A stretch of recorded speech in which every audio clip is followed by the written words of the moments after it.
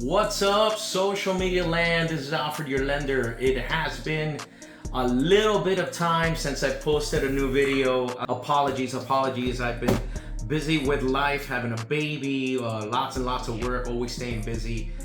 God, I'm always on the phone, it never stops, but this is something that I absolutely love. This video comes to you actually from a conversation with a new investor client, all right, and I'm always realizing how we have to go back and try to help those along that are new into the business, right? As many times as I've said this, there are so many hundreds and hundreds of people that are coming into this business for many different reasons. But this information is also good if you are an end buyer and you're actually seeking a home for yourself, so that you are aware and then we can prepare for that purchase coming up in the near future.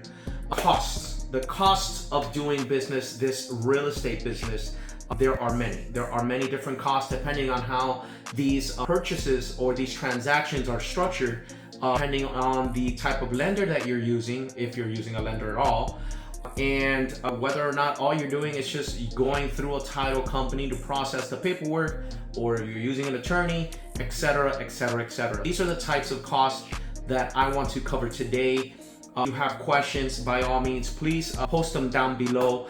I will be following up with some videos. Please let me know if this is the kind of thing that you'd like to hear from me, all right? I consider myself a teacher, so I love to educate everyone on this journey of real estate. Let's get into it. So this video might be a little bit long. I might have to chop it up for both in Instagram and Facebook. I'm gonna put the whole video start to finish on my YouTube channel, so check me out there. All right, cost for purchasing real estate. All right, so many different costs. Starting off with the purchase price of the property. This is a price that you have negotiated with the seller.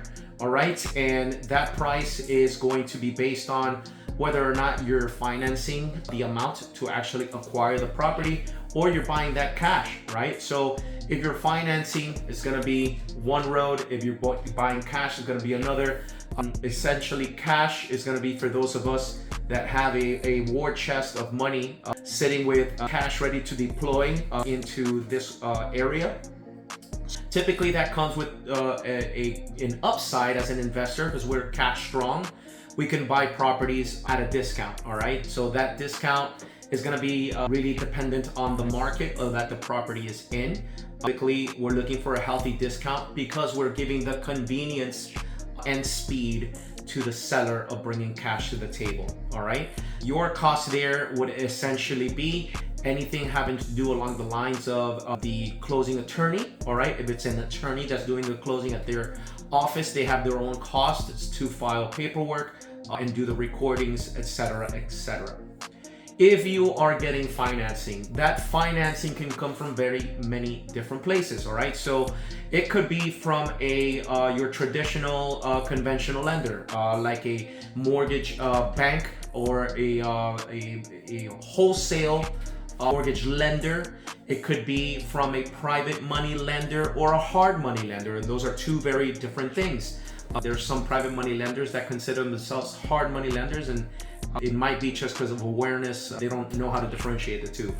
And that could be a whole other video, but I will touch on that shortly. So if you are going through a conventional loan, all right, a conventional loan or your traditional loan through an institutional lender like a bank, all right, there's gonna typically be origination points, percentages, costs to originate that loan. That could either come from a broker like myself, all right, or that could be directly from the lender if you're talking to the bank, all right. Sometimes that fee, it has to be disclosed, by the way. There's gonna be a disclosure of your origination costs, and that cost could be anywhere from 0 to 2.5%, 2.75%. There are regulatory agencies out there that limit how much a bank or a broker can charge on origination, all right? Keeping it as a qualifying mortgage. So that's one, origination points. Sometimes the origination points are gonna be lender paid, where it doesn't hurt the borrower, or sometimes the origination points, are gonna be borrower paid. Obviously, the borrower is gonna have to be very aware that those costs are coming out of their pocket at the closing table. All right. That is also going to be tied to the type of mortgage that it is, if it's your regular qualifying mortgage or your non-QM or non-qualifying mortgage. Non-qualifying mortgage, those are your typical investor loans, like your DSCR loans or bank statement only loans, or low doc loans. Anything that's non-conventional is going to be usually borrower paid right up front and center. All right, so have that in mind. Origination points. Processing the loan. All right, sometimes the brokerage or the lender have their own processors and they have a separate fee for processing that loan. All right, that could also be tied or labeled as an underwriting fee. Both of those are essentially for coordinating the paperwork between the seller, the buyer, the lender, the title company. Those have costs, right? That's actual professionals that are involved in this. I value them highly, and I have several different types of transaction coordinators, quote unquote processors, depending on the type of transaction that I'm going for. Processing fees, all right? Those are going to be very present. Moving on from there, I had mentioned attorney's fees, escrow agent, a closing agent compared to a title company.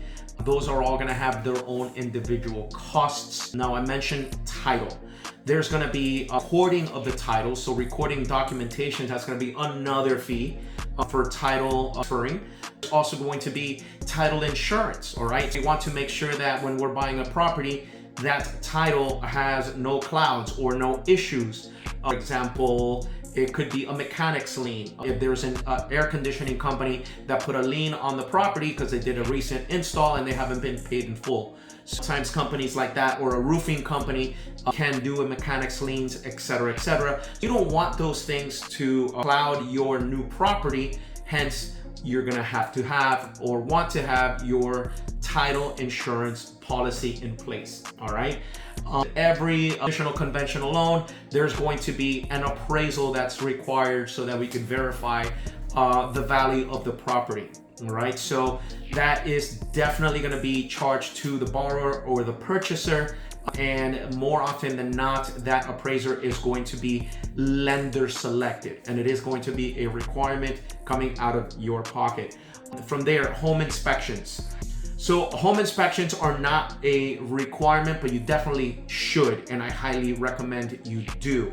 All right, unless you are a contractor, all right, a real estate contractor where you have your hands in the business and you know what it's going to take to redo a roof or to redo the electric in the house. If you have to redo a panel, if you have to redo flooring, you have an idea of what that costs. If that's not you, and that's the majority of people out there, if that's not you, you want a professional property inspector to go through that property top to bottom and give you an assessment of how it stands, right? Literally how it stands. Is the foundation good? Is the framing good? Is there any leaks in the roof? These type of things you want to know. And again, unless you're a professional in the business, you're not gonna know or have a good estimate on what that's gonna cost you to fix that, all right? You don't wanna be stuck in the proverbial money pit, all right? Have a good inspector that you can confide in, and if you don't, always let me know. I can definitely give you some referrals on there.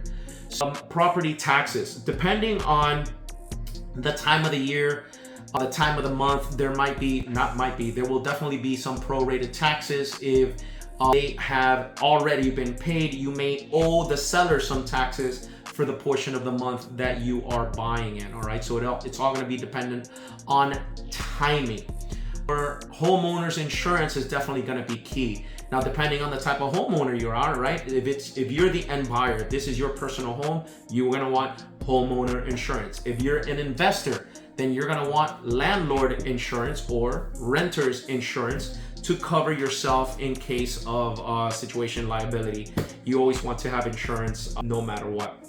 Also, other fees like HOA, all right? Sometimes an HOA, a homeowners association, might require some upfront fees, all right? Depending on the financial health of that association, you may or may choose otherwise, right? You might want to go in a different direction if that homeowners association is not financially able.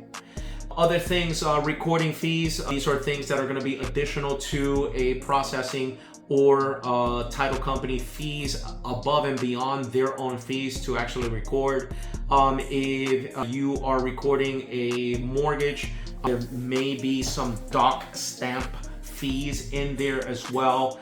Miscellaneous costs, things that could be like courier fees, doc prep fees, etc., etc., etc. For the sake of not letting this go on to 20 plus minutes, please know that there are many, many, many different costs involved. And depending on the structure of your purchase, the structure of your loan, whether or not you are taking a loan, these costs can vary very dramatically, all right? I would love to be able to guide you. If you have questions, by all means, let me know, all right? So in the comments down below, let me know if this is the kind of video that you'd like to hear. I know that I rushed through a lot of these details, and it can get a lot more in depth. I'd love to talk to you if you are planning on doing a purchase, a refi, or a sell. If you're trying to sell your property, there is planning involved as well, because you're ultimately going to want to move into a different location after. I'd love to be a resource for you and help you in any way that I can.